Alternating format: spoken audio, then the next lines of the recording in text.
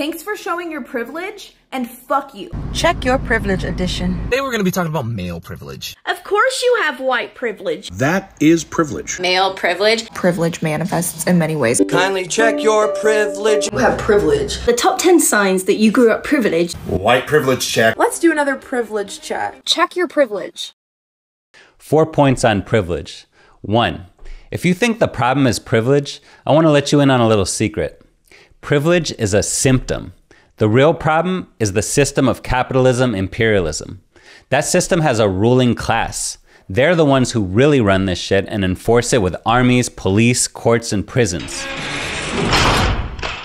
Yes, of course, privilege exists. Wealthier people have it better than poor people. White people benefit from white supremacy. Men benefit from patriarchy. That's because these inequalities and oppressive social relations are built into the functioning of this system. And yes, all too many people cling to their privilege and enforce it in the most disgusting ways. But people with privilege are not the fundamental cause of this, and they're not the enemy just because they have privilege. If you think that, you're just looking at the surface and you're letting the real enemy off the hook.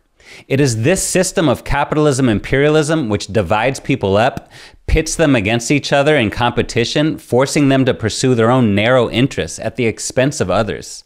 A system which uses privileges like bribes to maintain people's allegiance and misdirect their anger towards oppressed groups rather than towards the rulers. To end these divisions and the privileges that go along with them, we need to end this system. And that means revolution to overthrow it and build up a whole new socialist system that works to overcome these inequalities, not by targeting and silencing people with privilege, but by dedicating resources and waging struggle to overcome all forms of oppression and forge a whole new culture based on genuine equality between different races, genders, and nationalities. 2. Here's a little clue that these woke identity politics hustlers who are always talking about privilege aren't really about radically changing the system, but just want to get their place in it. What's the one privilege that they never talk about? American privilege. You know, the privilege of living in a country that terrorizes and plunders the rest of the world. A country that sits atop the economic food chain with wealth and consumer goods flowing in from the super exploitation of billions working in sweatshops and mines around the world. These woke people want all they can get of that privilege. They just want more diverse faces and inclusion at the top of this system. A seat at the table. Or maybe a safe space within this empire while parasitically benefiting from the spoils of imperialism and turning a blind eye to the massive destruction of people and the environment that all this rests on. No. What we need, what humanity urgently needs, is a revolution to get rid of this system. Above all, right here in the belly of the beast.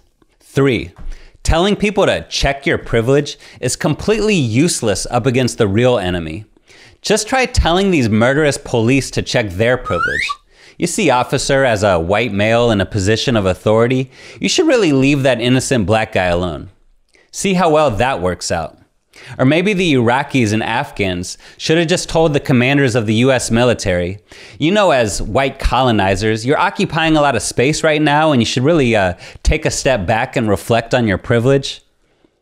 All this is even more ridiculous in the face of a powerful fascist movement in this country that's determined to smash all this diversity and inclusion and basic rights for people and replace it with an openly white supremacist, patriarchal, Christian fascist America.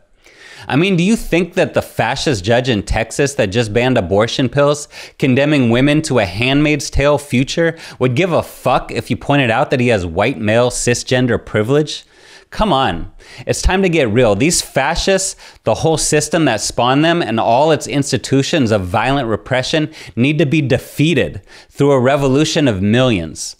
All this woke identity politics shit is just playing around in a little sandbox, diverting people from the real struggle that's needed. 4. Telling people to check your privilege is not only worthless against the enemy, it's extremely harmful among the people.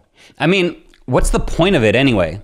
Once we're all aware of how much or how little privilege everyone has, then what? Oppression Olympics. Let's go. Compete over who's the most oppressed? turning oppression into capital that you can leverage over others, silencing and intimidating people who should be speaking out and standing up against injustice? Who benefits from this little game that you're playing? Not the masses of oppressed humanity, not the children in Yemen dying of cholera because of US-backed war crimes and economic sanctions, the Bangladeshi women stitching your clothes, not the millions of women in this country whose bodies have been hijacked by Christian fascist judges, or the masses of black and brown people locked up in America's hellhole prisons or gunned down by its murdering pigs. And you might also notice how identity can be a convenient excuse for those who have had a more privileged life to just stay in their lanes and not do shit. No, all of us have a responsibility to fight against oppression.